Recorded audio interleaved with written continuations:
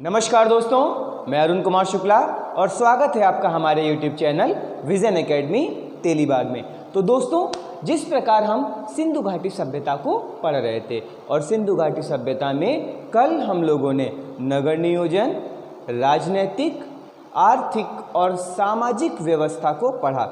आज हम लोग सिंधु घाटी सभ्यता में जो प्रमुख नगर हैं और जहाँ से प्रमुख साक्ष्य मिले हैं, इनकी विस्तृत जानकारी देखेंगे। तो दोस्तों, आज हम लोग क्या पढ़ेंगे? सिंधु घाटी सभ्यता के प्रमुख नगर व उनसे प्राप्त साक्ष्य। तो इस क्रम में दोस्तों, पहला नगर है आपका हड़प्पा। पहला नगर कौन सा है? हड़प्पा। तो यहाँ पे हम लिख लेंगे, लेकिन पहले यहाँ पे सिंधु घाटी सभ्यता प्रमुख नगर व प्राप्त साक्ष्य। अर्थात सिंधु घाटी सभ्यता के कौन कौन से प्रमुख नगर हैं और वहां से कौन कौन से प्रमुख साक्ष्य प्राप्त होते हैं या हुए हैं। इस क्रम में पहला नगर जो है आपका, ये है हड़प्पा। पहला नगर कौन सा है दोस्तों? हड़प्पा। अगर हड़प्पा को देखा जाए तो हड़प्पा नगर की प्रथम जानकारी 1826 ईस्वी में चार्ल्स मेनन ने प्रदान की। क्या बताया दोस्तों मैंने? हड़प्पा नगर की प्रथम जानकारी 1826 ईस्वी में चार्ल्स मेनन ने प्रदान की और 1921 में राय बहादुर दयाराम साहनी व माधव स्वरूप वत्स ने हड़प्पा नामक स्थल में उत्खनन का कार्य शुरू किया। अगर इसकी स्थिति को देखा जाए तो ये पाकिस्तान में स्थित है। कहाँ स्थित है? पाकिस्तान में। पाकिस्तान में कहाँ पर है? पंजाब प्रांत के मांटगोसरी जिले में। पंजाब प्रांत के मांटगोसरी जिले में रावी नदी के तट पर। किस नदी के तट पर है? रावी नदी के तट पर स्थित है दोस्तों।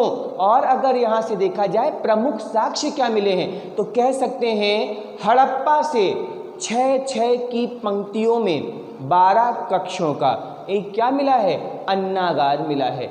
इसके अलावा अगर देखा जाए तो समाधि स्थल मिला है और ये समाधि स्थल जो है, इसका नाम है R37 कब्रिस्तान। क्या नाम है दोस्तों? R37 कब्रिस्तान। और इसमें जो ताबूत हैं, इसके लिए देवदारू की लकड़ी का प्रयोग किया गया है। और दोस्तों, यहाँ से पुरुषों की मूर्तियां अधिक प्राप्त हुई हैं नारी की मूर्तियों की तुलना में, जबकि मोहनजोदड़ो में नारी की मूर्तियां अधिक प्राप्त हुई हैं पुरुषों की तुलना में। और अगर देखा जाए तो यहाँ से तांबे का पैमाना, नटराज की मूर्तियां, श्रृंगारदान व सर्वाधिक लिखी हुई मोहरें प्राप्त हुई हैं। क्या प्राप्त हुई हैं? सर्वाधिक लिखी हुई मोहरें प्राप्त हुई हैं। तो दोस्तों, अगर अब इसको थोड़ा सा हम लिखते चलेंगे तो क्या लिखेंगे? हड़प्पा में प्रथम जानकारी कब मिली? 1826 ईस्वी। प्रथम जानकारी 1826 ईस्वी। किसके द्वारा? चार्ल्स मेसन द्वारा या चार्ल्स मेनन द्वारा। नेक्स्ट अगर देखा जाए तो कह सकते हैं सभ्यता की खोज कब हुई, परंतु उसके पहले हम लोग सबसे पहले देखेंगे स्थिति, अर्थात ये कहाँ पर स्थित है। तो इसी के नीचे हम लोग लिखेंगे स्थिति। तो स्थिति में ये कहाँ पर है? मांटगोसरी जिला। कहाँ पर है ये? मांटगोसरी जिला, पंजाब प्रांत, पाकिस्तान। तो लिखेंगे यहाँ पर दोस्तों हम लोग मांटगोसरी जिला। और ये कहाँ पे है आपका? पंजाब और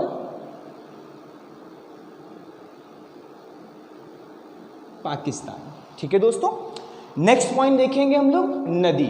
नेक्स्ट पॉइंट कौन सी देखेंगे? नदी। तो यहाँ पर नदी कौन सी है दोस्तों? तो ये नदी मैं आपको पीछे लिखवा चुका था। क्या लिखवाया था? रावी नदी। नदी कौन सी है?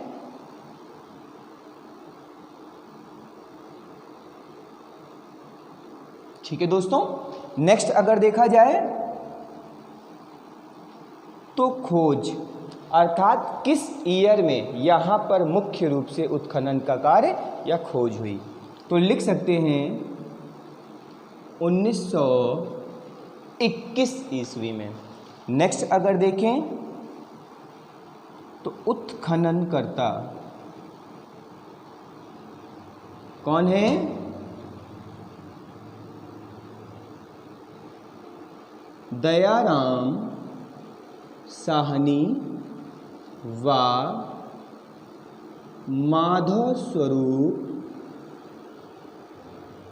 वत्स। क्या बताया दोस्तों मैंने आपको?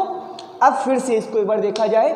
पहला नगर हड़प्पा, प्रथम जानकारी 1826 ईस्वी में चार्ल्स मेसन द्वारा, स्थिति मांटगोसरी जिला पंजाब पाकिस्तान, नदी रावी नदी, खोज या उत्खनन 1921 ईस्वी में, और उत्खननकर्ता राय बहादुर दयाराम साहनी व माधव स्वरूप वत्स। अब अगर यहाँ से देखा जाए कि यहाँ से किस किस चीज के प्रमाण मिले हैं या साक्ष्य मिले हैं, तो नेक्स्ट दोस्तों हेडिंग डाल देंगे इसी में, क्या? प्रमाण। क्या लिखेंगे? प्रमाण। तो क्या लिखेंगे? 6-6 की पंक्तियों में 12 कक्षों का अन्नागार। 6-6 की पंक्तियों में 12 कक्षों का अन्नागार।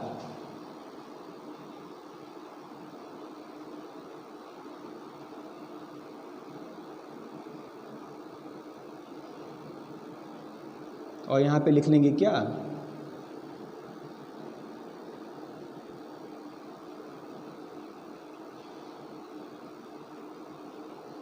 क्या मिला दोस्तों? अन्नागार मिला।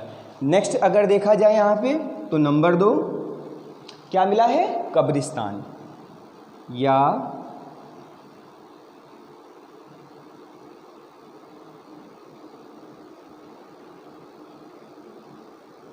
और इस कब्रिस्तान में जो ताबूत मिला है वो किस लकड़ी का बना है?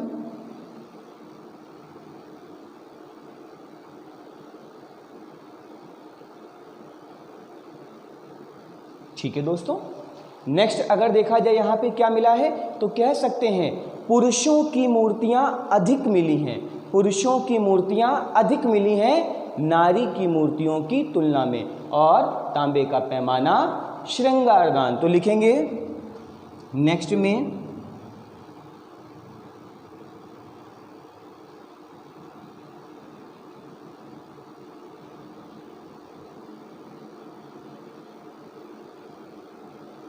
कॉमा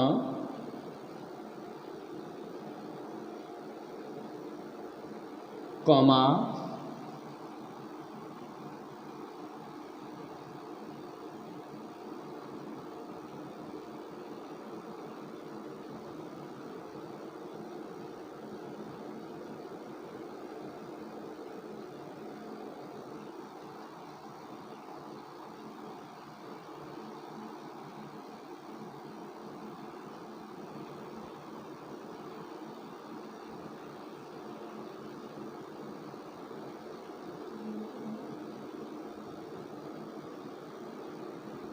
क्या बोला दोस्तों मैंने?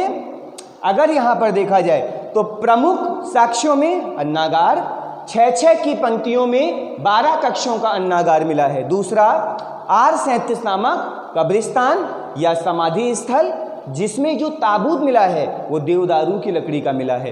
अन्य देखा जाए तो पुरुषों की मूर्तियां अधिक मिली हैं नारी की मूर्तियों की तुलना में। और अगर देखा जाए तो श्रृंगारदान का साक्ष्य मिला है। और देखा जाए तो नटराज की मूर्ति का साक्ष्य मिला है। और देखें तो तांबे का पैमाना मिला है। और देखें तो कह सकते हैं सर्वाधिक लिखी हुई मोहरे या लिखे हुए अभिलेख कहाँ से प्राप्त हुई हैं? हड़प्पा से प्राप्त हुए हैं। और दोस्तों एक ध्यान देने वाली चीज़ है, अन्नागार हड़प्पा में भी मिला है और अन्नागार मोहनजोदड़ो में भी मिला है। अन्नागार हड़प्पा में भी मिला है और अन्नागार मोहनजोदड़ो में भी मिला है। दोनों में अंतर क्या है? हड़प्पा सभ्यता में जो अन्नागार मिला है वो गढ़ी के बाहर मिला है, जबकि मोहनजोदड़ो में जो अन्नागार मिला है वो गढ़ी के अंदर मिला है। और मोहनजोदड़ो से प्राप्त अन्नागार मोहनजोदड़ो का सबसे बड़ा स्थल है। और नेक्स्ट एक डिफरेंस क्या देखा जाए हड़प्पा और मोहनजोदड़ो में? हड़प्पा सभ्यता में मैंने बोला पुरुषों की मूर्तियां अधिक मिली हैं, जबकि मोहनजोदड़ो में नारी की मूर्तियां पुरुषों की तुलना में अधिक मिली हैं। तो दोस्तों यहां पर अगर अन्नागार आपने लिखा है तो डैश करके या ब्रैकेट में लिख लीजिए गढ़ी से बाहर मिला है। कहां मिला है?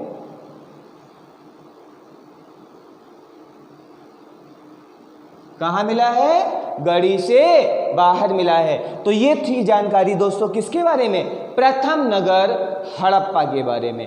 क्यों पहला नगर हड़प्पा कहा? क्योंकि प्रथम नगर जिसका उत्खनन हुआ और जिसकी जानकारी प्राप्त हुई कौन सा था? हड़प्पा। अब नेक्स्ट नगर देखेंगे हम लोग कौन सा? मोहनजोदड़ो। कौन सा नगर देखेंगे दोस्तों?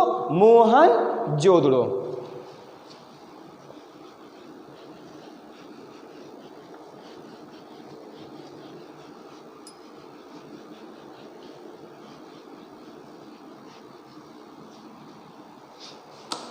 ठीक है दोस्तों, नेक्स्ट नंबर 2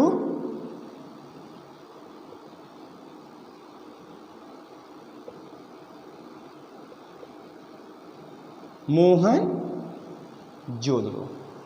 दोस्तों ये मोस्ट इंपॉर्टेंट नगर है और आपने पढ़ा होगा या देखा भी होगा, हाल ही में कुछ दिनों पहले इस पर एक मूवी भी बन चुकी है जिसमें नायक कौन थे? ऋतिक रोशन थे। इसका मतलब है सिंधु घाटी सभ्यता के जितने भी नगर मिले हैं उन सभी में से सबसे प्रमुख नगर कौन सा है? मोहनजोदड़ो। और यहाँ पर अगर दोस्तों ध्यान देने वाली चीज़ देखी जाए तो मोहनजोदड़ो को अन्य कई नामों से भी जाना जाता है, जैसे मृतकों का टीला, जैसे मृतकों का टीला, जैसे प्रेतों का टीला, जैसे मृतकों का टीला, जैसे प्रेतों का टीला, जैसे भाटों का टीला, या सिंधु का बाग, या सिंधु का बाग। अगर अन्य नाम भी पूछ लेता है इनमें से किस हड़प्पाई नगर को सिंधु का बाग कहा जाता है, तो दोस्तों आंसर क्या होगा आपका? मोहनजोदड़ो। क्या आंसर होगा? मोहनजोदड़ो। या सिंधुकालीन किस नगर को प्रेतों का टीला, भाटों का टीला या मृतकों का टीला कहा जाता है, तो नगर कौन सा होगा? मोहनजोदड़ो। कौन सा नगर होगा? मोहनजोदड़ो। और मोहनजोदड़ो पाकिस्तान में स्थित है। कहाँ स्थित है? पाकिस्तान में स्थित है। पाकिस्तान में कहाँ स्थित है? सिंध जिले में। कहाँ स्थित है? सिंध में। और सिंध में कहाँ? लरकाना जिले में। कहाँ पर? पाकिस्तान के सिंध में लरकाना जिले में सिंधु नदी के तट पर मोहनजोदड़ो नामक नगर स्थित है, जो कि सिंधुकालीन नगरों में सबसे बड़ा है, जिसकी अनुमानित जनसंख्या लगभग 41,000 थी। कितनी थी दोस्तों? 41,000 थी। तो अब देखेंगे हम लोग मोहनजोदड़ो को, तो सबसे पहले ब्रैकेट में इसके अन्य नामों को लिखेंगे। अन्य नाम कौन कौन से हैं दोस्तों? क्या बताया मैंने? मृतकों का टीला, मृतकों का टीला, या प्रेतों का टीला। क्या बताया? मृतकों का टीला या प्रेतों का टीला, या भाटों का टीला, या भाटों का टीला। और नाम क्या है? सिंधु का बगीचा। क्या कहते हैं इसको? सिंधु का बगीचा। क्यों कहते हैं? क्योंकि बगीचा ही वो स्थल होता है जिसके चारों ओर कह सकते हैं सारी की सारी सुंदरता समेट कर रखी जाती है। तो सिंधु घाटी सभ्यता की जितनी भी सौंदर्यता है या सुंदरता है वो सब की सब आपको कहाँ से प्राप्त होती है? मोहनजोदड़ो से प्राप्त होती है। कहाँ से प्राप्त होती है? मोहनजोदड़ो से प्राप्त होती है। सबसे बड़ा नगर मोहनजोदड़ो, सबसे बड़ा साक्ष्य या सबसे बड़ा पुरातात्विक अवशेष कहां से मिला? मोहनजोदड़ो से। तो अन्य नाम सिंधु का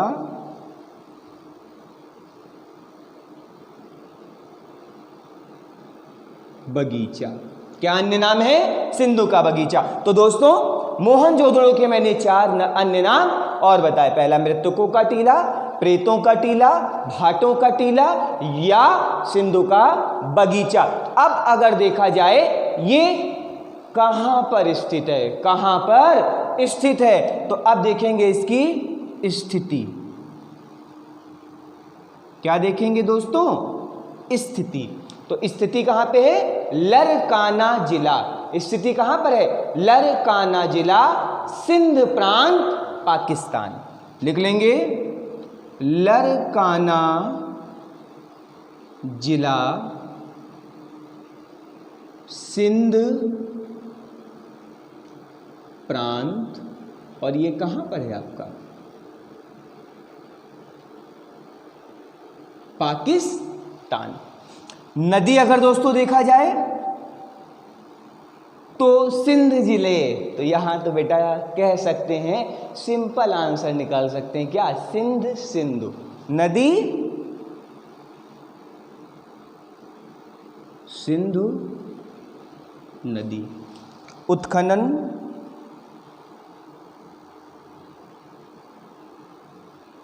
उन्नीस 22 ईस्वी। उत्खनन करता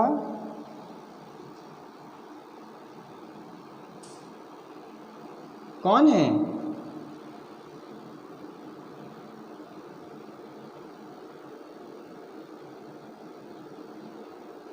राखलदास बनर्जी।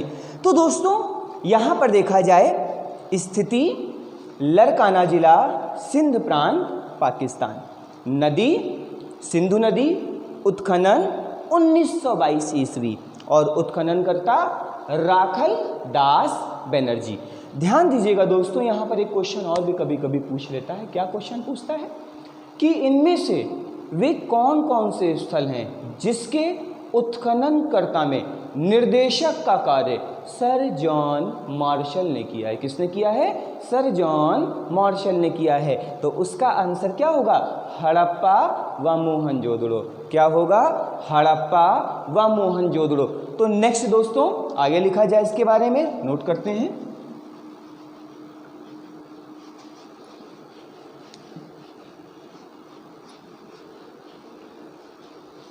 नेक्स्ट पॉइंट एक और दोस्तों लिखेंगे, फिर इसके हम लोग प्रमाण देखेंगे। यहां से क्या लिखेंगे? सिंधु कालीन नगरों में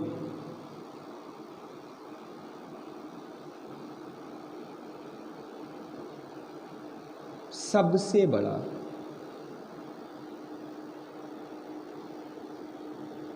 ठीक है दोस्तों, सिंधु कालीन नगरों में सबसे बड़ा, और सबसे बड़ा 2 आधार पे। सबसे बड़ा 2 आधार पे। पहला जनसंख्या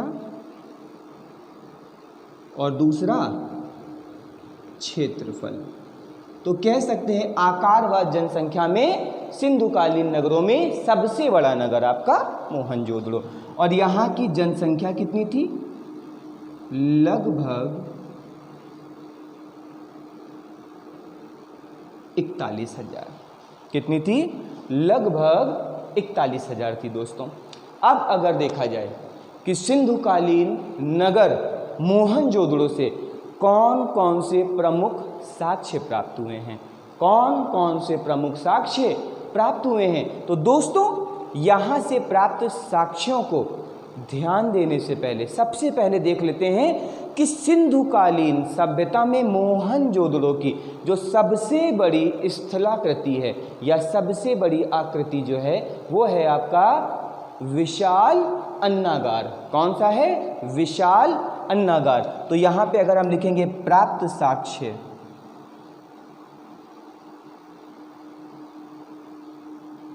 तो इसमें हम लोग क्या लिखेंगे?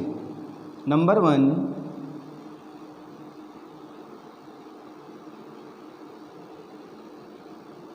विशाल अन्नागार। ध्यान दीजिएगा अन्नागार हड़प्पा में भी मिला था और अन्नागार मोहनजोदड़ो में मिला है, लेकिन मोहनजोदड़ो से प्राप्त अन्नागार मोहनजोदड़ो की सबसे बड़ी क्या है, इमारत है। तो यहाँ पर लिख लेंगे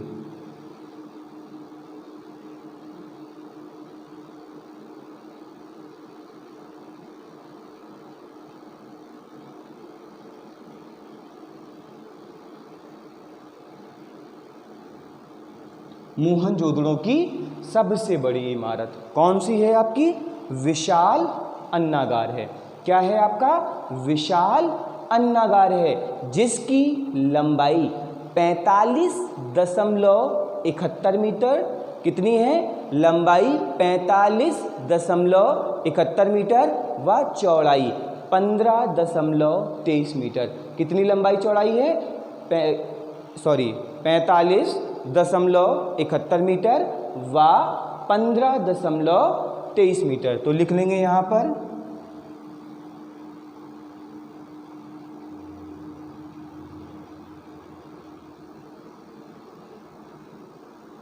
ठीक है दोस्तों। तो ये है इसकी लंबाई व चौड़ाई। क्या है इसकी लंबाई व चौड़ाई। और यहाँ पर ध्यान देने वाली एक चीज़ है, जैसे हड़प्पा में अन्नागार गढ़ी से बाहर मिला था, जबकि मोहनजोदड़ो में अन्नागार कहाँ मिला है, गढ़ी के अंदर मिला है। तो यहाँ पर नीचे लिख लेंगे क्या, गढ़ी के अंदर, अर्थात ये अन्नागार कहाँ स्थित था, गढ़ी के अंदर स्थित था। नेक्स्ट, अगर यहाँ से प्राप्त साक्ष्यों में देखा जाए तो यहाँ से एक विशाल या बृहद स्नानागार प्राप्त हुआ है, जिसे महास्नानागार कहा गया है। क्या कहा गया है, महास्नानागार कहा गया है, जिसे सर जॉन मार्शल ने तत्कालिक विश्व का सबसे अद्भुत नमूना कहा है। क्या कहा है, सबसे अद्भुत नमूना कहा है, जिसकी लंबाई 11.88 मीटर, चौड़ाई 7.01 मीटर व गहराई 2.43 मीटर है। तो नेक्स्ट देखेंगे यहाँ पर क्या, नंबर 2 महास्नानागार या बृहद स्नानागार।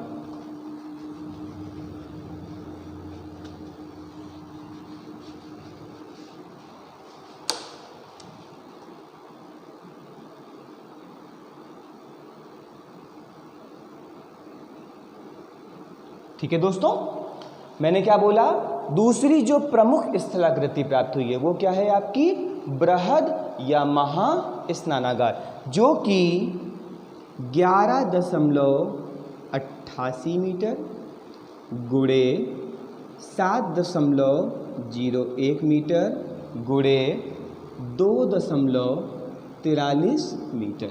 ये क्या है दोस्तों इसकी, अगर ये देखेंगे तो ये है इसकी लंबाई। क्या है दोस्तों, लंबाई। ये क्या है दोस्तों इसकी चौड़ाई। क्या है दोस्तों, चौड़ाई। और ये क्या है इसकी गहराई। और ध्यान दीजिएगा दोस्तों, यहाँ पर एक चीज़ तो स्पष्ट हो गई, इस बड़े महास्नानागार के मिलने से ये बात एक सिद्ध हो गई कि इस स्नानागार का प्रयोग इस समय किस लिए किया जाता था, कह सकते हैं बड़े बड़े पर्वों के आयोजन के समय में किया जाता था, जहाँ पर लोग कह सकते हैं कि उत्सव के समय में शामिल होते थे। और अगर देखा जाए तो इस महास्नानागार में जो जलाशय है, इस महास्नानागार में जो जलाशय है ये 8 टीलों में विभक्त है। कितने टीलों में विभक्त है, 8 टीलों में विभक्त है। और सर जॉन मार्शल ने इसे तत्कालिक विश्व का सबसे अद्भुत नमूना कहा है। क्या कहा है, सर जॉन मार्शल ने इसे तत्कालिक विश्व का सबसे अद्भुत नमूना कहा है।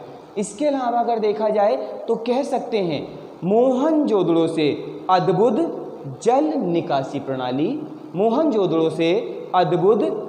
निकासी प्रणाली, ईंट बनाने का भट्टा, कांसे की नृत्य की, कपास, पत्थर के लिंग, मातृ देवी की मूर्तियाँ, शिल्पकार का अस्तित्व, मोहर पर जहाज व नाव के चिन्ह, अस्थियों के ढेर, घर घर शौचालय व स्नानागार के साक्ष्य मिले हैं। क्या क्या प्राप्त हुए हैं? घर घर कह सकते हैं शौचालय व नालियों के साक्ष्य प्राप्त हुए हैं। इसके अलावा विशाल वृषभ मुद्रा प्राप्त हुई है। वृषभ मतलब बैल, अर्थात कह सकते हैं मोहर पर विशाल वृषभ मुद्रा प्राप्त हुई है। तो अन्य साक्ष्यों में अगर देखा जाए तो कह सकते हैं, क्या लिख सकते हैं? अद्भुत जल निकासी प्रबंध। क्या लिख सकते हैं? अद्भुत जल निकासी प्रबंध। इसके अलावा देखा जाए तो ईंट का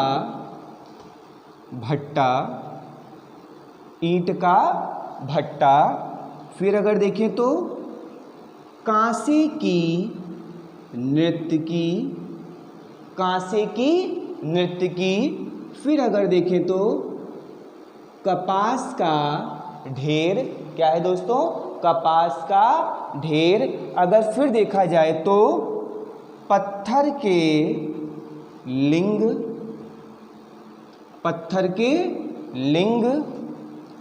मातृ देवी की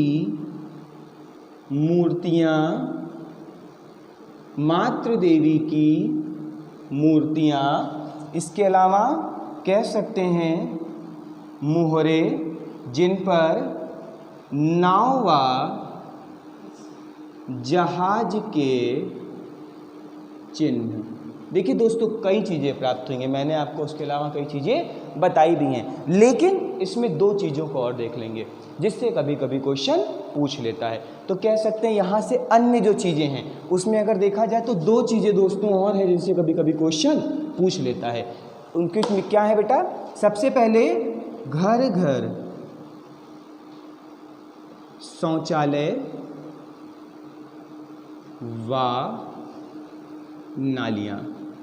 घर घर शौचालय व नालियाँ। इसके अलावा अगर देखा जाए तो कह सकते हैं विशाल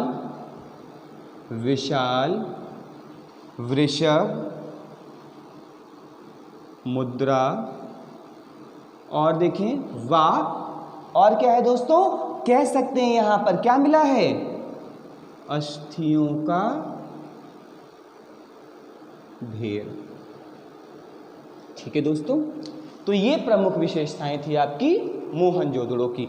तो दोस्तों, सिंधुकालीन नगरों में हमने दो प्रमुख नगरों को पढ़ा, पहला हड़प्पा और दूसरा मोहनजोदड़ो। हड़प्पा और मोहनजोदड़ो में कुछ विशेषताएं थी और कुछ ऐसी चीज़ें हैं जो बिल्कुल भी समानताओं में नहीं है। जैसे देखा जाए तो हड़प्पा से भी आपको अन्नागार प्राप्त हुआ और मोहनजोदड़ो से भी अन्नागार प्राप्त हुआ, परंतु हड़प्पा में अन्नागार गढ़ी से बाहर मिला है, जबकि मोहनजोदड़ो में आपका अन्नागार गढ़ी के अंदर मिला है दोस्तों। और अगर देखा जाए तो कह सकते हैं पुरुषों व नारियों की मूर्ति हड़प्पा से भी प्राप्त हुई हैं, मोहनजोदड़ो से भी प्राप्त हुई हैं, परंतु हड़प्पा में पुरुषों की मूर्तियां अधिक मिली हैं, जबकि इसके विपरीत कह सकते हैं कहाँ से दोस्तों? कह सकते हैं मोहनजोदड़ो से नारी की मूर्तियां अधिक मिली हैं। तो दोस्तों, हमने इसके दो नगरों को ख़त्म कर लिया है। अब पढ़ते हैं इसका नगर नंबर 3, और तीसरा जो नगर है इसका ये है आपका लोथल। तीसरा नगर कौन सा है आपका? लोथल। और लोथल जो नगर है आपका ये भारत में स्थित है। कहाँ पर स्थित है? भारत में। भारत में कहाँ स्थित है? अहमदाबाद, गुजरात। कहाँ पर स्थित है? अहमदाबाद, गुजरात। और दोस्तों, अहमदाबाद का हमारे जीवन में बहुत बड़ा महत्व है। क्या महत्व है? अगर वर्तमान समय को देखा जाए तो दुनिया की सबसे बड़ी मूर्ति आपके अहमदाबाद में ही स्थित है, जिसे स्टैचू ऑफ यूनिटी कहा जाता है, और सरदार वल्लभ भाई पटेल की ये मूर्ति है। तो दोस्तों, देखा जाए तीसरा नगर है आपका कौन सा? लोथल। कहाँ पर स्थित है? अहमदाबाद, गुजरात में। नदी कौन सी है? भोगवा। इसकी खोज कब हुई? 1953 ईस्वी में। और खोजकर्ता कौन है इसके? SR राव। खोजकर्ता कौन है दोस्तों? SR राव। और अगर यहाँ की प्रमुख विशेषताओं को देखा जाए तो कह सकते हैं लोथल एकमात्र ऐसा सिंधुकालीन नगर है जहां से ईंटों का बना, पकी ईंटों का बना एक कृत्रिम गोदीबाड़ा मिला है। क्या मिला है? कृत्रिम गोदीबाड़ा, अर्थात कह सकते हैं बंदरगाह का साक्ष्य मिला है। तो दोस्तों यहां से स्पष्ट हो गया कि लोथल क्या था? एक बंदरगाह नगर था। क्या था? बंदरगाह नगर था। तो दोस्तों लिखेंगे नंबर 3 लोथल।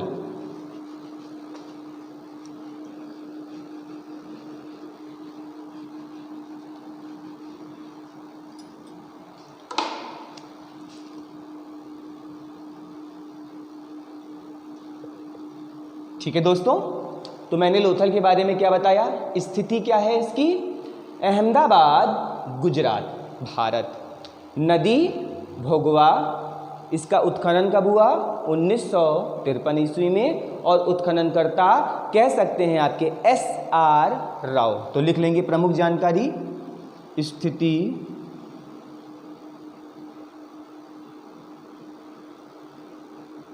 अहमदाबाद गुजरात। नदी भोगवा नदी। उत्खनन 1953 ईस्वी में। उत्खननकर्ता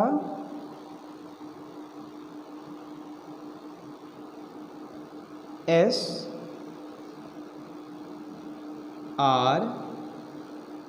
राव। ठीक है दोस्तों, अब यहां से देखा जाए कि लोथल से क्या क्या प्रमाण मिले हैं, तो लिख सकते हैं प्रमुख साक्ष्य। क्या लिखेंगे?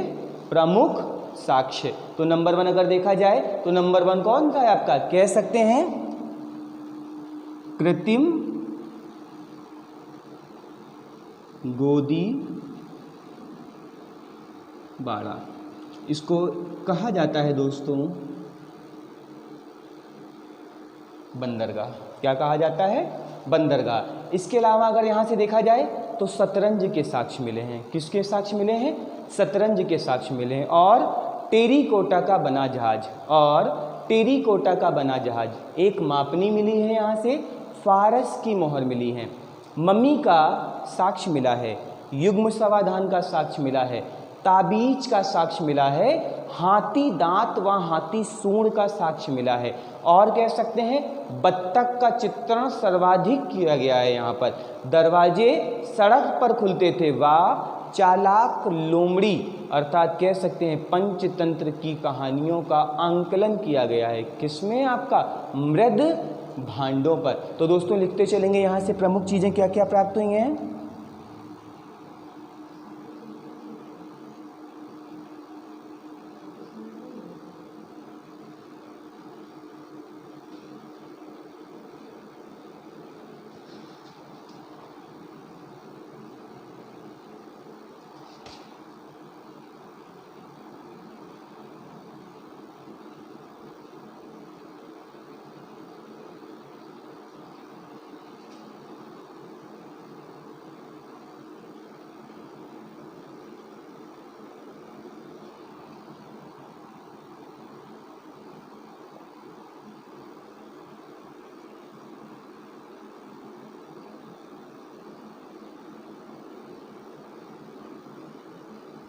वाह चालाक लोमड़ी,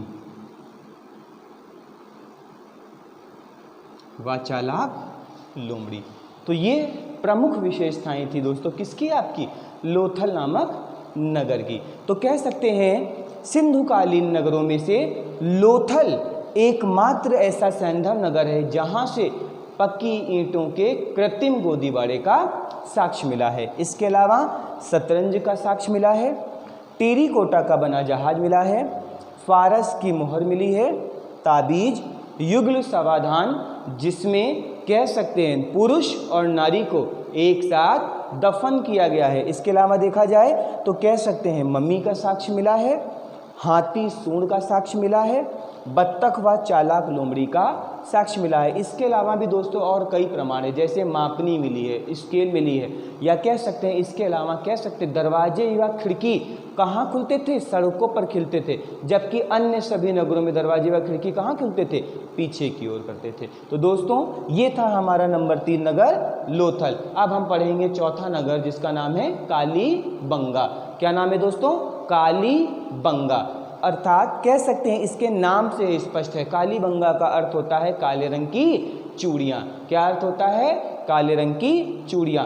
और कालीबंगा जो है आपका, ये कह सकते हैं राजस्थान में गंगा नगर में स्थित है। कहाँ पर स्थित है? राजस्थान में गंगानगर जिले में स्थित है, जो कि घग्गर नदी के तट पर है। किस नदी के तट पर है? घग्गर। और दोस्तों ध्यान दीजिएगा, घग्गर जो है ये सरस्वती की क्या थी? कह सकते हैं एक सहायक नदी थी। और इस नगर की खोज 1953 ईस्वी में किसने की? ए घोष ने की, या अमलानंद घोष ने की। किसने की? ए घोष ने की या अमलानंद घोष ने की। अब यहाँ पर अगर देखा जाए दोस्तों, तो जितने भी सिंधुकालीन नगर मिले हैं ज़्यादातर सब पक्की ईंटों के बने हुए थे, परंतु कह सकते हैं कालीबंगा एक ऐसा नगर है जहाँ पर घरों के निर्माण में पक्की ईंटों का प्रयोग नहीं किया गया है। किसका नहीं प्रयोग किया गया है? पक्की ईंटों का प्रयोग नहीं किया गया। इसके अलावा कह सकते हैं किलेबंदी के साक्ष्य मिले हैं, घरों के अंदर हवन कुंड के साक्ष्य मिले हैं, लकड़ी को कुरेद कर अर्थात छील कर नाली का क्या किया गया है? निर्माण किया गया है। हल के द्वारा जुते हुए खेत के साक्ष्य मिले हैं। क्या मिले हैं? हल के द्वारा जुते हुए खेत के साक्ष्य मिले हैं। वा कह सकते हैं 2 सींग वाले देवता की कृति प्राप्त हुई है। क्या प्राप्त हुई है? 2 सींग वाले देवता की कृति प्राप्त हुई है। तो दोस्तों नंबर 4 नगर लिखते हैं आपका कौन सा? कालीबंगा।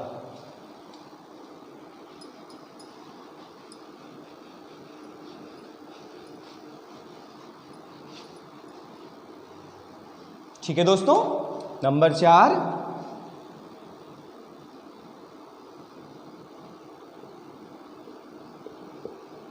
कालीबंगा। क्या अर्थ है इसका दोस्तों? काले रंग की चूड़ियां, काले रंग की चूड़ियां।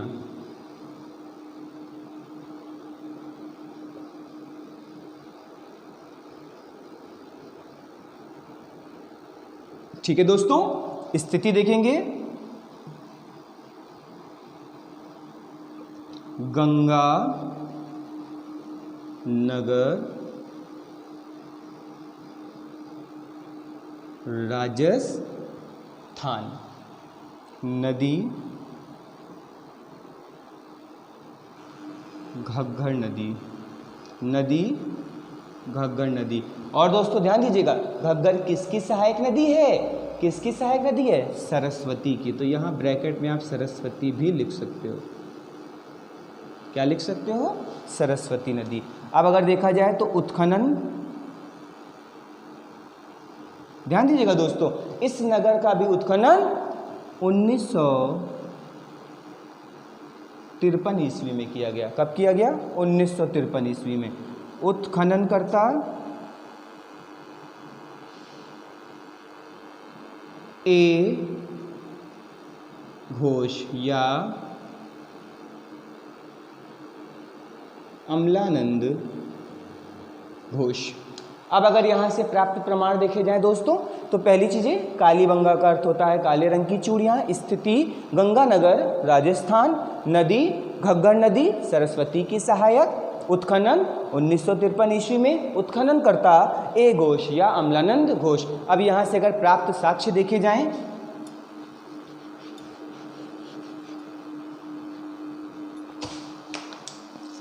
क्या लिखेंगे? प्राप्त साक्ष्य।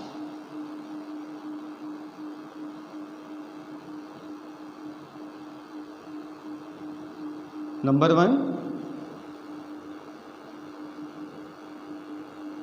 किलेबंदी के साक्ष्य मिले हैं। नंबर 2 भूकंप का साक्ष्य मिला है। किसका साक्ष्य मिला है? भूकंप का। नंबर 3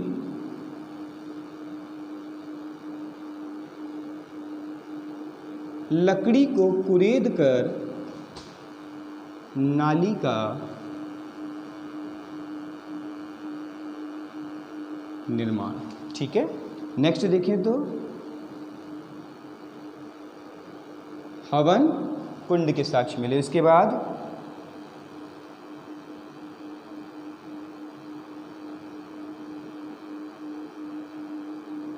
हल द्वारा जुते हुए खेत के मकान। इसके अलावा अगर देखें तो साक्ष्य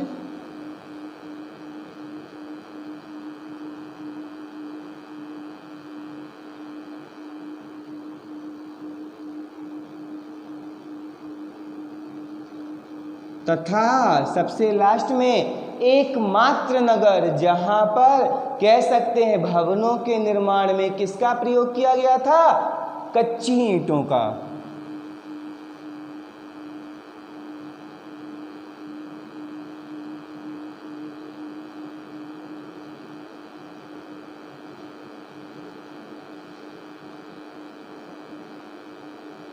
ठीक है दोस्तों, तो यहां पर हमारा चौथा नगर खत्म हो गया, कालीबंगा।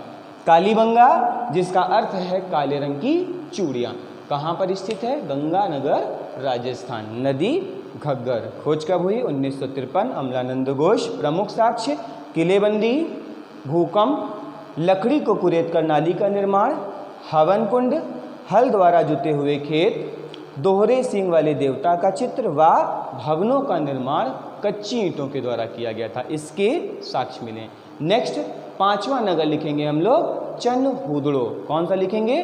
चनहूदड़ो, जो कि मोहनजोदड़ो से 180 किलोमीटर दूर सिंधु नदी के तट पर स्थित है और इसकी खोज 1931 ईस्वी में गोपाल मजूमदार ने की थी। किसने की थी? गोपाल मजूमदार ने की थी। और यहाँ से जो साक्ष्य प्राप्त हुए हैं इनमें सबसे बड़ा बात खासियत क्या है? यहाँ पर नगर दुर्ग का अभाव मिला है।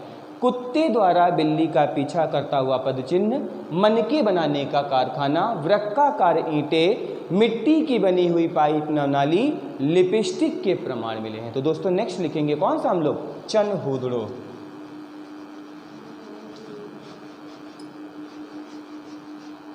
नंबर 5 चनहूदड़ो।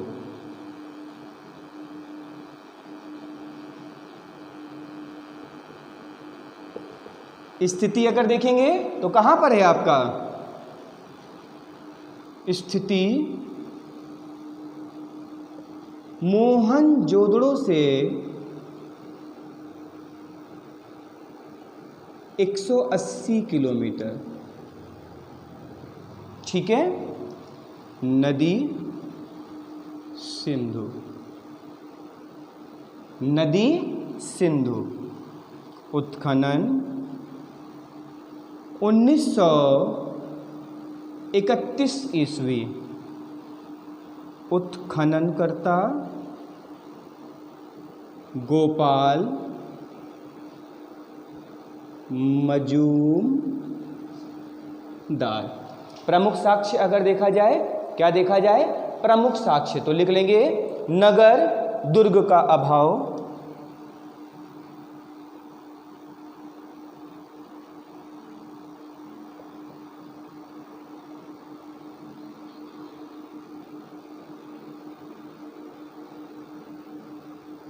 नेक्स्ट अगर देखा जाए तो कह सकते हैं क्या है? कुत्ते द्वारा बिल्ली का पीछा करता हुआ पदचिन्ह। इसके अलावा लिखेंगे मनके,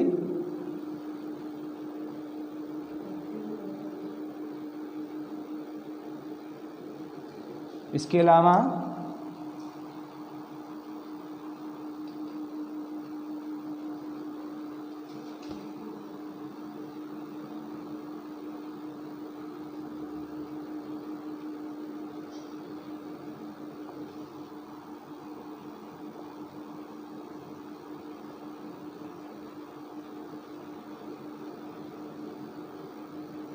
ETC और भी हैं, लेकिन हम लिख लेंगे क्या?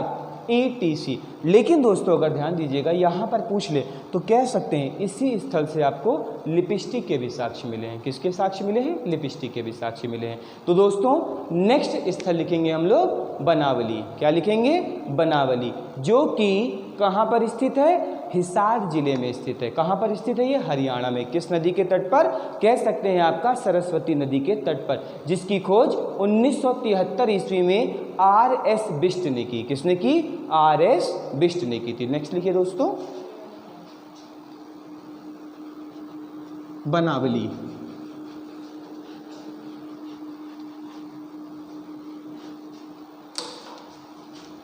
नंबर 6 दोस्तों,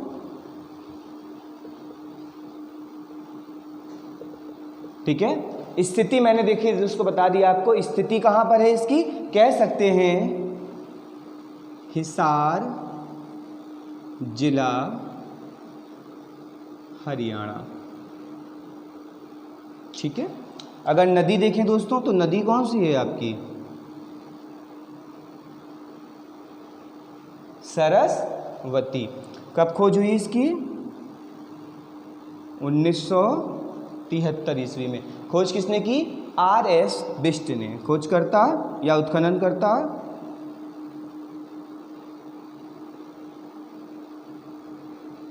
RS बिष्ट ने।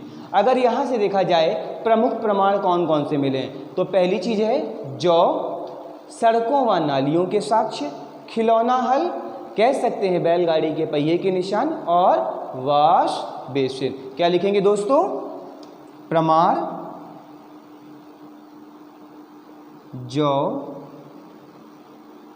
फिर खिलौना हल, फिर अगर देखेंगे तो वॉश बेसिन, फिर अगर देखेंगे तो बैलगाड़ी के पहिए के निशान, और लास्ट में अगर दोस्तों लिख लेंगे तो क्या होगा? सड़कें व नालियों के प्रमाण, ETC। तो ये प्रमुख साक्ष्य थे आपको जो कहाँ से प्राप्त हुए? बनावली से साक्ष्य प्राप्त हुए। दोस्तों यहाँ पर एक ध्यान देने वाली चीज़ और भी है। वो ध्यान देने वाली चीज़ क्या है? यहाँ से जो बैलगाड़ी के पहिए के निशान मिले हैं इसके बीच में उतनी ही दूरी है जितनी वर्तमान समय में बैलगाड़ी के पहियों के मध्य में पाई गई है। तो यहाँ पर दोस्तों हमारा नंबर 6 नगर खत्म हो गया। क्या नाम है इसका? बनावली। दोस्तों क्या नाम है? बनावली। अब हम पढ़ेंगे धौलावीरा। कौन सा पढ़ेंगे? धौलावीरा। अगर धौलावीरा को देखा जाए तो ये कच्छ का रण कहाँ पर स्थित है? कच्छ का रण गुजरात में स्थित है, जिसकी खोज 1967-68 में JP जोशी ने की थी। किसने की थी? 1967-68 में JP जोशी ने की थी। परंतु इसका उत्खनन देखा जाए विशालतम रूप में तो 1990-91 में RS बिष्ट ने किया, और ये कह सकते हैं आपका मासर व मानहर नदियों के मध्य में स्थित है। कहाँ पर स्थित है? मासर व मानहर नदियों के मध्य में स्थित है। और खोज 1967-68 JP जोशी व उत्खननकर्ता कौन थे या विस्तृत उत्खनन किसने किया? 1990-91 में RS बिष्ट ने किया। तो दोस्तों लिख लेंगे इसके बारे में। नेक्स्ट नगर कौन सा है आपका? धौलावीरा।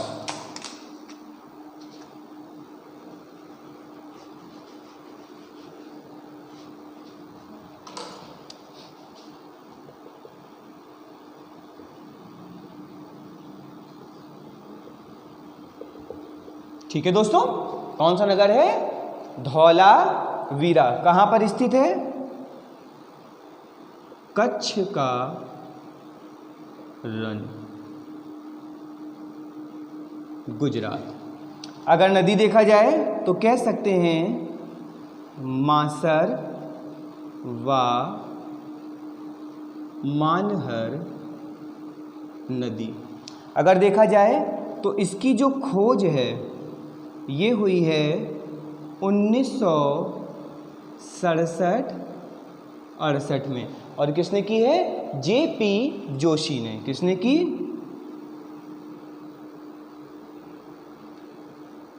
इनका पूरा नाम है जगपति जोशी। पूरा नाम क्या है? जगपति जोशी। लेकिन यहाँ पे अगर उत्खनन देखें या पूर्ण उत्खनन देखें तो ये आपका हुआ है 1990-91 में, और ये हैं आपके R.S. बिष्ट।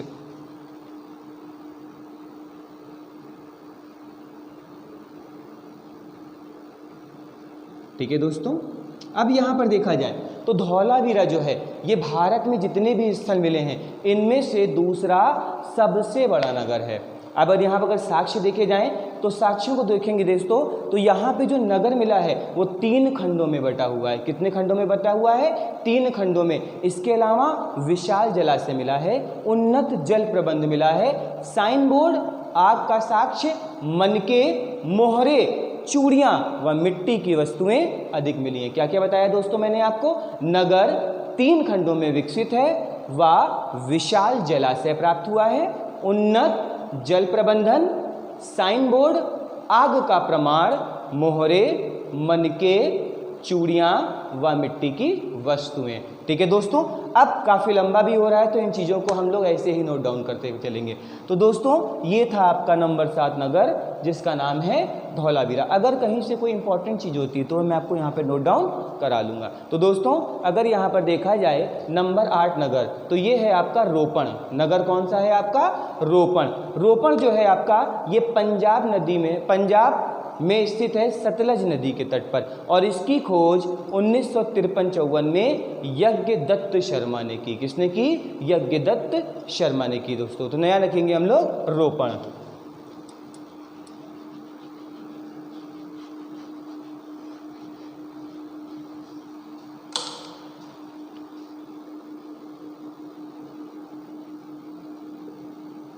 कहां पर स्थित है दोस्तों? ये पंजाब। कहां पर स्थित है? पंजाब। नदी कौन सी है? सतलुज नदी। नदी कौन सी है? सतलुज। कब खोज हुई इसकी? 1953-54। और किसने खोज की? यज्ञदत्त शर्मा।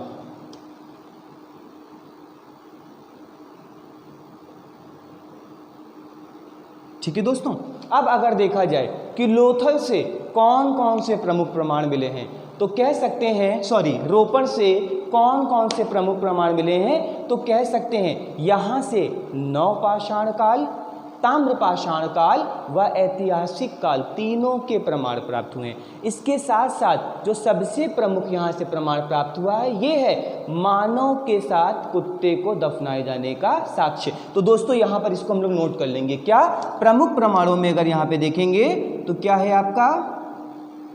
मानव के साथ कुत्ते को दफनाने का साक्ष्य। क्या बोला दोस्तों मैंने? मानव के साथ कुत्ते को दफनाए जाने का साक्ष्य सिंधु घाटी सभ्यता के रोपण नगर से प्राप्त हुआ है। इसके अलावा यहाँ से कह सकते हैं नवपाषाण काल, ताम्रपाषाण काल व ऐतिहासिक काल तीनों के साक्ष्य प्राप्त हुए हैं दोस्तों। नेक्स्ट नगर लिखेंगे हम लोग सुरकोटदा। कौन सा नगर है? सुरकोटदा, जो कि कच्छ का रण गुजरात में स्थित है। कहाँ पर स्थित है? कच्छ का रण गुजरात में स्थित है, और इसकी खोज जगपति जोशी ने की। किसने खोज की इसकी? जगपति जोशी ने की। और जहाँ से शॉपिंग कॉम्प्लेक्स व घोड़े की अस्थियों के प्रमाण मिले हैं। तो नेक्स्ट नगर लिखेंगे हम लोग सुरकोटदा।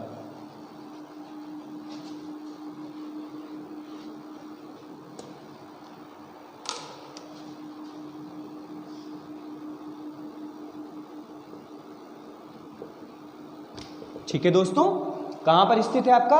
कच्छ का रण गुजरात।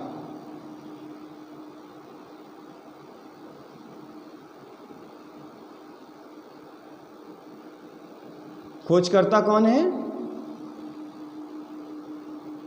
जेपी जोशी या जगपति जोशी। अगर प्रमुख प्रमाण देखें तो कह सकते हैं यहां से शॉपिंग कॉम्प्लेक्स व घोड़े की अस्थियों के प्रमाण। तो लिख लेंगे प्रमुख प्रमाणों में शॉपिंग कॉम्प्लेक्स व घोड़े के अस्थि पंजर। तो ये था दोस्तों हमारा सुरकोटदा। कौन सा नगर था हमारा दोस्तों? सुरकोटदा। अब हम देखेंगे दोस्तों 10वां नगर, और ये है आपका राखीगढ़ी। कौन सा नगर है? राखीगढ़ी। ये भी आपका बेटा हरियाणा में स्थित है। कहाँ पर स्थित है? हरियाणा में स्थित है। किस नदी के तट पर है? घग्गर नदी के तट पर है, और इसकी खोज अमरेंद्र जी ने की है। किसने खोज की है इसकी? अमरेंद्र जी ने खोज की है बेटा। तो नेक्स्ट लिखेंगे आपका राखीगढ़ी।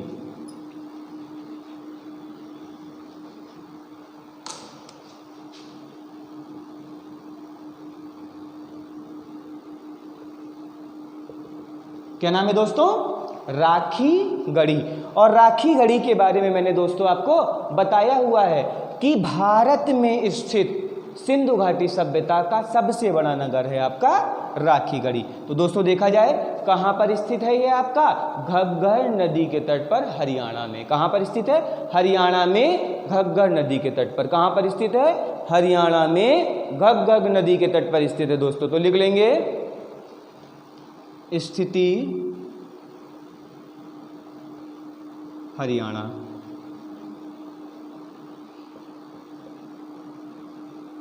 और किसने खोज की? अमरेंद्र राव। ठीक है दोस्तों। अब मैंने आपसे बताया कि भारत के नगरों में सबसे बड़ा, सॉरी दोस्तों, अमरेंद्र नाथ, और भारत में स्थित सिंधुकालीन नगरों में सबसे बड़ा नगर है आपका राखीगढ़ी। और दूसरा सबसे बड़ा नगर कौन सा है आपका दोस्तों? तो कह सकते हैं धौलावीरा। नेक्स्ट देखेंगे हम लोग सुत्त कांगेडोर। क्या नाम है आपका? सुत्त कांगेडोर, जो कि मैंने आपसे बताया था बलूचिस्तान पाकिस्तान में दाश्क नदी के तट पर स्थित है। और इसकी खोज 1927 ईस्वी में सर ओरियल स्टेन ने की। किसने की? सर ओरियल स्टेन ने की। और ये एक प्रमुख बंदरगाह नगर था जहां से मिट्टी की चूड़ियां व किलेबंदी का प्रमाण मिला है। तो दोस्तों देखेंगे यहाँ पे नेक्स्ट नगर लिखेंगे हम लोग नंबर 11 सुत्त कांगेडोर। और ध्यान दीजिएगा सिंधुकालीन नगरों में सबसे पश्चिमी नगर है आपका कौन सा? सुत्त कांगेडोर। स्थिति देखेंगे तो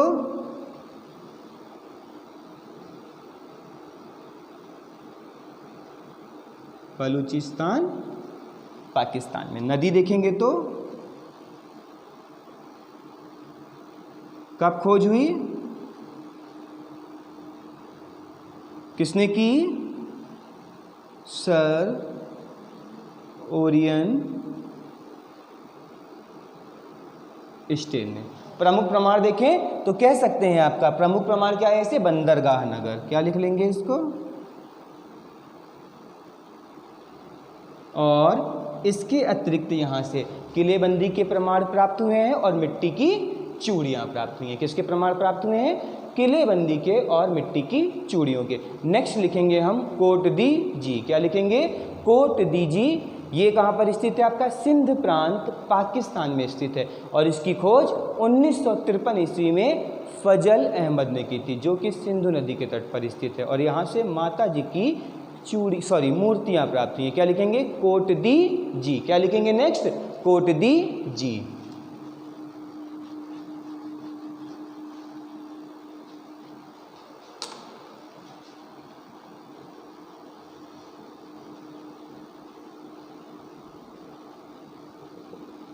ठीक है दोस्तों, देखा जाए कहाँ पर स्थित है आपका, तो कह सकते हैं ये भी आपका स्थित है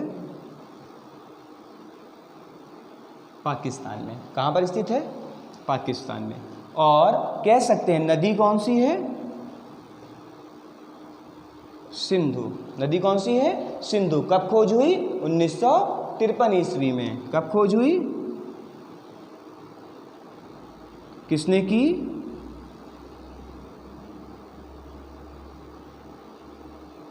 फजल अहमद ने। और इस स्थल से माता जी की चूड़ियाँ प्राप्त हुई हैं। नेक्स्ट देखेंगे दोस्तों हम लोग, तो नगर है आपका आमरी। कौन सा नगर है? आमरी, जो कि सिंध प्रांत पाकिस्तान में सिंधु नदी के तट पर स्थित है। और आमरी का बेटा बड़ा महत्व है, क्यों? ये प्रारंभिक हड़प्पा का केंद्र माना जाता है, ये प्रारंभिक हड़प्पा का केंद्र माना जाता है। और यहाँ से धान की कोठरी व गेंडे के प्रमाण मिले हैं। क्या मिले हैं? धान की कोठरी व गेंडे के प्रमाण मिले हैं। तो नेक्स्ट लिखेंगे हम लोग कौन सा? आमरी। नेक्स्ट कौन सा लिखेंगे? आमरी दोस्तों।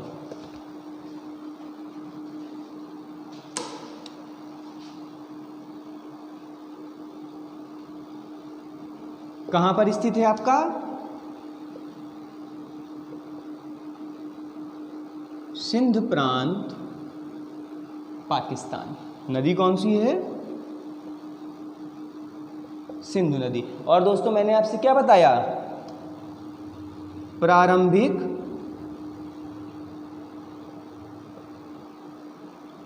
हड़प्पा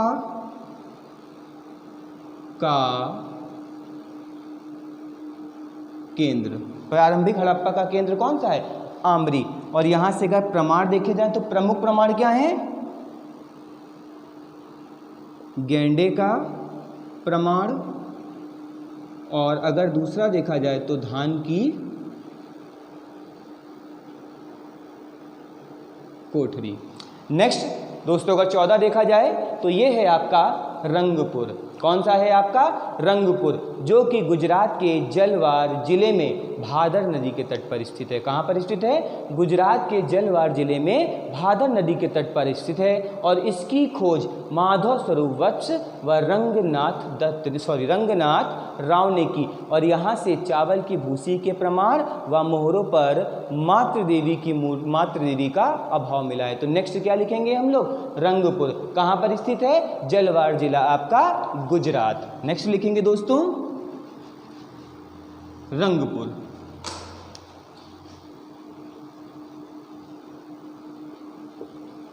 कहां पर स्थित है दोस्तों आपका?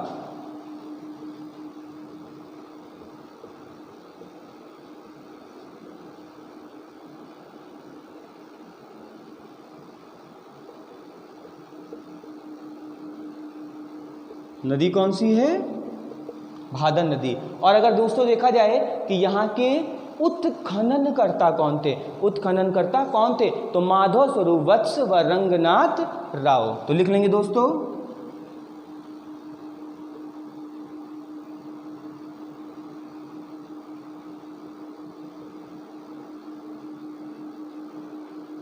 और अगर यहाँ से प्रमाण देखे जाएं तो प्रमुख प्रमाण क्या है आपका? धान की भूसी के प्रमाण। तो लिख लेंगे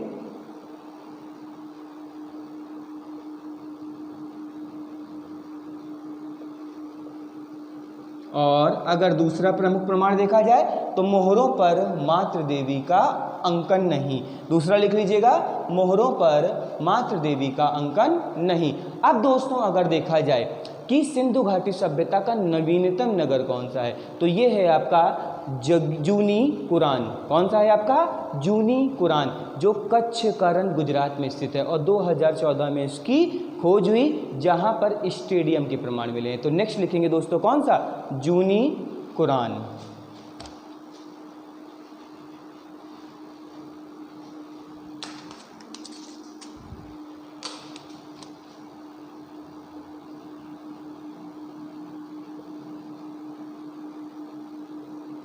कहां पर स्थित है आपका?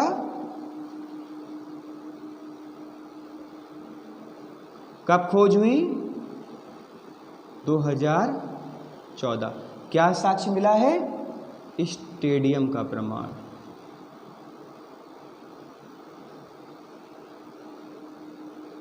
ठीक है दोस्तों, तो ये थे यहाँ के प्रमुख नगर। अब अगर देखा जाए तो कह सकते हैं 2550 से 1750 ईस्वी तक सिंधु घाटी सभ्यता का काल माना जाता है। तो अगर सिंधु घाटी सभ्यता का काल देखा जाए तो ये है आपका 2550 बीसी से 1750 बीसी तक। और 1750 बीसी के आसपास इस सभ्यता का पूरी तरीके से क्या हो गया, अंत हो गया। और इस सभ्यता का अंत या पतन कैसे हुआ, इस बारे में अभी तक कोई स्पष्ट प्रमाण नहीं दे पाया है। अलग अलग कह सकते हैं पुरातात्विक विद्वानों ने अलग अलग कारण बताए हैं। जैसे कुछ लोगों का मानना है कि बाढ़ के कारण पूरी की पूरी सभ्यता का अंत हो गया, जिसके प्रमाण कह सकते हैं आपको मोहनजोदड़ो व लोथल नामक स्थल से प्राप्त होते हैं। तो पहला प्रमाण क्या है आपका, बाढ़ का कारण। नंबर 2 देखा जाए तो आर्यों का आक्रमण है, लेकिन ये अमान्य है। क्यों, अगर आर्यों ने आक्रमण किया होता तो वैदिक सभ्यता में वो कच्ची ईंटों के मकान में क्यों रहते, तो आर्यों का आक्रमण। नंबर 3 देखा जाए तो जलवायु परिवर्तन अर्थात क्लाइमेट में परिवर्तन, जिसके कारण सभ्यता का क्या हो गया, अंत हो गया। अगर नंबर 4 देखा जाए तो ये है आपका भूतात्विक परिवर्तन, अर्थात कह सकते हैं कि जैसे भूकंप या अन्य कोई बड़ी प्राकृतिक घटना या कह सकते हैं भूतात्विक घटना हुई, जिस कारण सभ्यता का अंत हो गया। इसके अलावा नंबर 5 देखा जाए तो प्राकृतिक आपदा, अर्थात किसी बड़ी प्राकृतिक आपदा ने क्या किया, सभ्यता का विनाश कर दिया। नंबर 6 देखा जाए तो ये है आपका महामारी, और नंबर 7 देखा जाए तो ये है आपका प्रशासनिक शिथिलता, अर्थात कह सकते हैं जो केंद्रीय सत्ता जो इसको कंट्रोल कर रही थी, उस सत्ता में कोई ना कोई कमजोरी हुई, जिस कारण इस सभ्यता का क्या हो गया दोस्तों, विनाश हो गया। तो यहाँ पर दोस्तों हमारा चैप्टर नंबर 2 सिंधु घाटी सभ्यता समाप्त हो गया है दोस्तों। अब हम चैप्टर नंबर 1 और चैप्टर नंबर 2 इसमें आए हुए प्रमुख प्रश्न या कैसे कैसे प्रश्न आते हैं इसको भी देख लेते हैं दोस्तों, लेकिन ये हम देखेंगे अपनी अगली वीडियो में। तो दोस्तों अगर आपको हमारी वीडियो अच्छी लगी हो तो कृपया वीडियो को लाइक करें, चैनल को सब्सक्राइब करें और अधिक से अधिक दोस्तों के मध्य शेयर करें दोस्तों। नमस्कार।